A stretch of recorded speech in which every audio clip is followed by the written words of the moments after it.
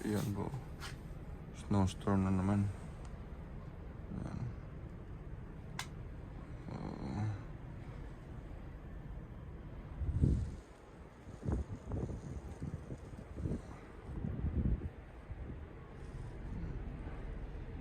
Tago na naman ang snow ng sasakyan namin.